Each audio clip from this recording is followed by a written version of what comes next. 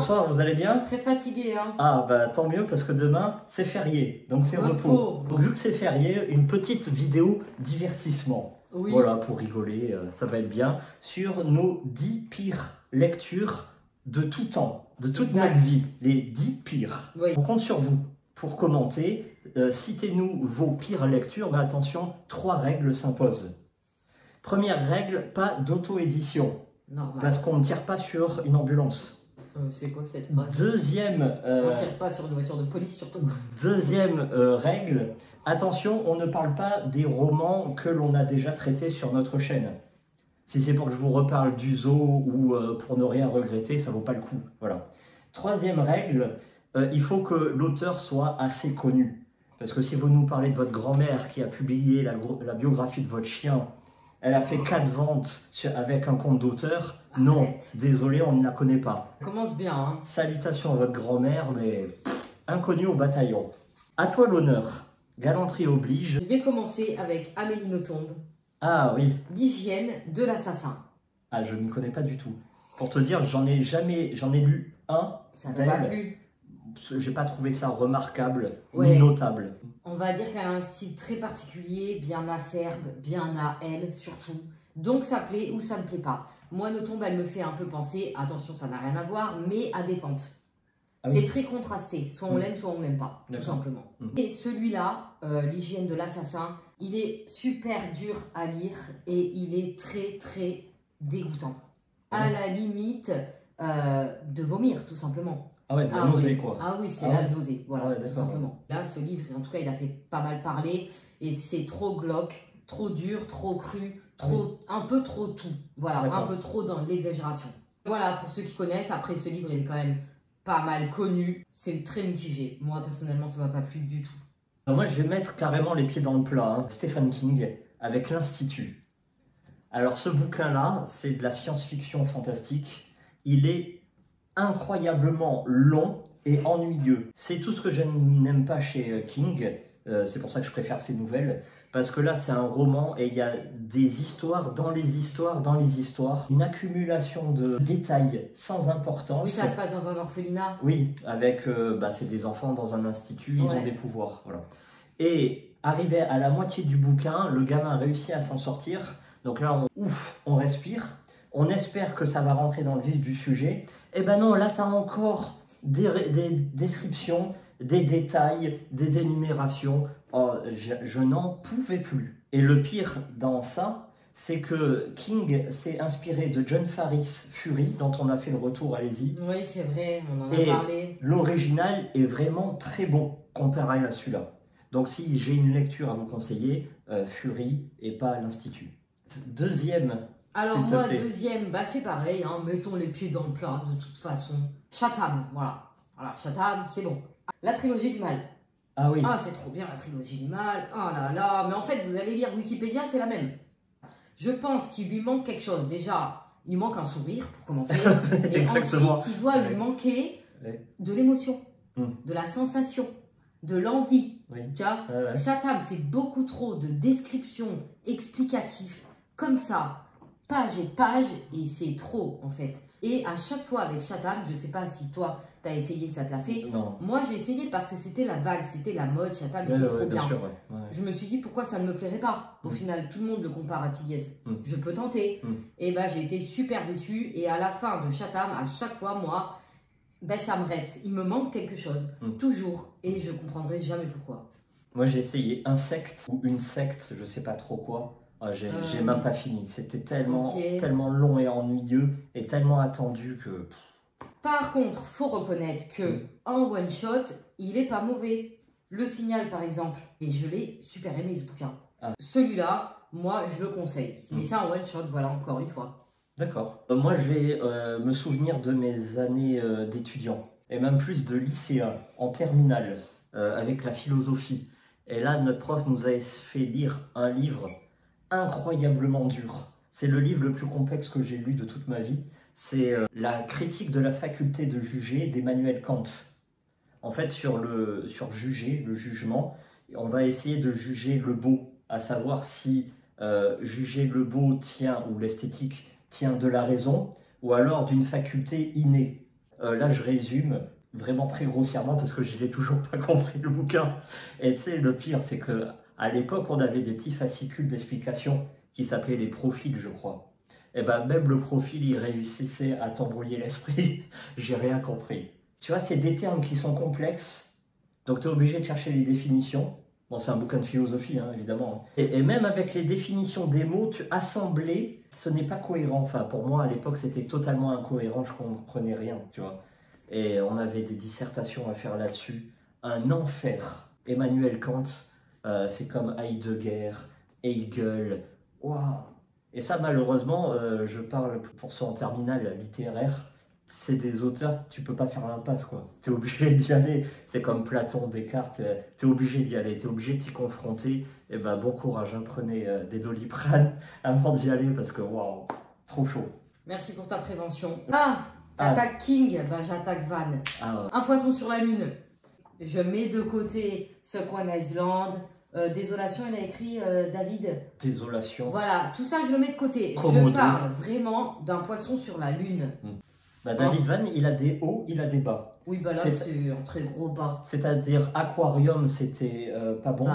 Mais alors, Désolation. Suck One Island. Ouais. Vraiment, c'est génial. Et le bouquin que tu cites, Un poisson sur la lune. Attention, c'est directement inspiré de son vécu. C'est autobiographique. Donc c'est pour ça que il a voulu extérioriser son passif, ses douleurs, ses traumatismes, etc. Donc c'est pour ça que, bon... C'est pour ça que, on a le droit quand même de dire qu'on n'aime pas. Ah bah, totalement. Excuse-moi David, il aurait fallu essayer de te sauver ailleurs en fait. S'il parle de lui-même dans ce bouquin-là, hein, c'est un sujet très très sensible. Et par un moment, si tu es suicidaire, tu ne peux pas avoir ta seule pensée d'illumination de la journée, c'est le fessier d'une femme qui se balade de gauche à droite. Eh ben non, je m'excuse, ça ne colle pas, c'est beaucoup trop gros. Et t'évites à tout va de vouloir sauter tout ce qui bouge, et 2 secondes après, de vouloir te tuer, ou 2 secondes avant. Hein. Un contraste que je comprends pas et que je comprendrai jamais. Déjà à la base, s'il y a pas mal de problèmes de famille, je parle du livre, hein, pas de la vie de David, ça ne me regarde pas, mais il a quand même écrit, donc j'en parle. Si c'était pas un homme à femme déjà à la base, on n'en serait peut-être pas là. Ah.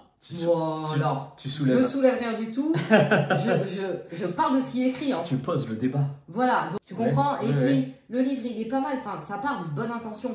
Toute la famille est autour d'un homme qui veut se suicider, qui ne veut plus vivre, tout simplement. Sauf que ils auront beau faire tout ce qu'ils veulent, y mettre tout leur amour. Non, lui, jamais il va avoir l'envie, jamais il va vouloir céder lui-même, jamais il va. Jamais. Au bout d'un moment, tu es un humain. Tu es quand même obligé d'avoir une flamme, un espoir, à moins que tu sois vraiment au bout du rouleau. Sauf que lui, pour avoir des pensées pareilles envers le sexe opposé, excusez-moi, mais il n'est pas vraiment au bout du rouleau là. Donc non, pour moi, ce livre ne m'a rien apporté. Il n'y a vraiment pas de morale. Et la fin, comme je l'ai dit, on l'aurait eu beaucoup plus tôt. À la limite, ça serait mieux passé. Moi, je vais enchaîner par de la science-fiction, dystopie, fantastique, avec le Métro 2033. Et sa suite, hein, parce qu'il y a Métro 34-35, c'est un livre russe, apocalypse, et tout le monde vit reclus dans les souterrains. Dans des bunkers. Dans des bunkers reliés par des souterrains, par des voies de circulation du métro. Alors je ne l'ai pas lu, mais j'en ai entendu parler. Oui, parce que c'est très très connu. Il y a même eu une série, des films, des jeux vidéo, etc. etc. J'ai détesté, vraiment. C'est quoi que t'as pas plu? Alors j'étais dans une... Parce que je l'ai lu il y a extrêmement longtemps. C'était dans ma phase dystopie. Voilà. Et j'ai lu quasiment tout ce qui se fait sur la dystopie. L'atmosphère, bon, déjà, les décors... Mais c'est en fait c'est toujours sombre, c'est toujours dans des tunnels. Même les phases d'action, c'est ennuyeux, tu vois. Bon, la fin, je vais pas en parler parce que voilà. Mais il n'y a rien qui fait rêver. C'est ennuyeux, c'est long, c'est des détails. Même les phases d'action, on arrive à s'ennuyer, quoi. Et non, en fait, hein, pas du tout. Je comprends totalement parce que du coup, c'est de la science-fiction. Non, parce que science-fiction, il n'y a pas de souci. Moi j'aime beaucoup la science-fiction. Oui, je sais, mais c'est long quand même. Non, mais c'est la dystopie. Oui, c'est l'univers, tu vois. Il y a quoi qui fait rêver on dirait des rats, tu vois. Ah, mais ça fait pas rêver, en fait. Ouais, mais tu prends Dune, ça fait totalement rêver. Non. Bah, si. Ah, moi, je comprends totalement que ça ne t'ait pas plu, quoi. Puis c'est extrêmement long, c'est des pavés. C'est 800 pages, je crois, de mémoire. Mais c'est un tome? Non, il y en a 3. Il y en a 3. Et je suis allé au fond, je me suis forcé. Ah, c'était une croix. C'était un pensum. Je comprends pas pourquoi, quand t'aimes pas comme ça, tu forces. Parce que les critiques étaient incroyables sur ce bouquin-là. Oui, mais bon, on n'est pas tous pareils, hein. C'est comme The Witcher, je suis désolé, bon, ça c'est autre chose. Mais le roman The Witcher, j'ai essayé. Waouh, c'est d'une difficulté. Mais c'est quand même mieux. Ouais, c'est pas mal. Un roman, ouais. C'est un Polonais, je crois, qu'il a écrit. Merci pour cette non-recommandation, Nico. Clair. Oh, t'es pas prêt là. Ah, dis-moi tout. T'es pas prêt. Oui. Le Seigneur des Anneaux, non, par Tolkien. Non, aïe, aïe, aïe, aïe, aïe. Hors de question. Aïe, aïe, aïe. Ben si. Parce qu'en fait, attention, les films sont beaucoup mieux que les livres. Voilà. C'est un des exemples où l'adaptation télé est mieux que le roman lui-même. J'ai tout dit. Je peux pas te laisser dire ça. 3 tomes qui donnent environ 1100 pages. C'est beaucoup trop laborieux, c'est beaucoup trop long, beaucoup trop ennuyant. Dans les films, il y a des scènes qui ont été coupées, fait qu'il y a de l'action.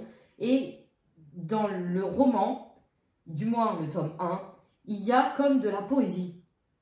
Mais je sais pas, pour moi, personnellement, ça sonne super faux, quoi. Maintenant, bravo et chapeau à Tolkien pour avoir créé ce monde, parce que c'est clairement un monde qui s'est fait et qui nous a fait. C'est plus que ça. C'est beaucoup, un univers si vous voulez. Mais en roman, à lire, je n'y vois pas l'intérêt. En fait, Le Seigneur des Anneaux, la trilogie. This is the cherry on the cake. Ouais, d'accord. Voilà, c'est la dernière touche. Avant, évidemment, il faut se taper tout le reste. Rien que pour le travail. C'est quelqu'un qui a créé une géographie, un monde terrestre. Ouais, ça je sais, une géographie. Il a créé des communautés. Il a créé une monnaie, des politiques. Il a créé une langue. Et tu vas sur Internet, t'as tout. Non, tu peux parler l'elfique. Voilà. C'est trop, mais c'est ça qui est incroyable. Le type, bon, il était malade, d'accord. Donc il a vraiment voué sa vie entière à une œuvre. Ah mais ça c'est magnifique. Hein. Mais rien que pour ça, c'est respectable. Magnifique. Et comment on aimerait tous faire pareil en fait, se créer notre propre monde à nous. Tout à fait. Tout le monde aimerait, je pense. Tout à fait. C'est très respectable. Mais... je dis pas le contraire.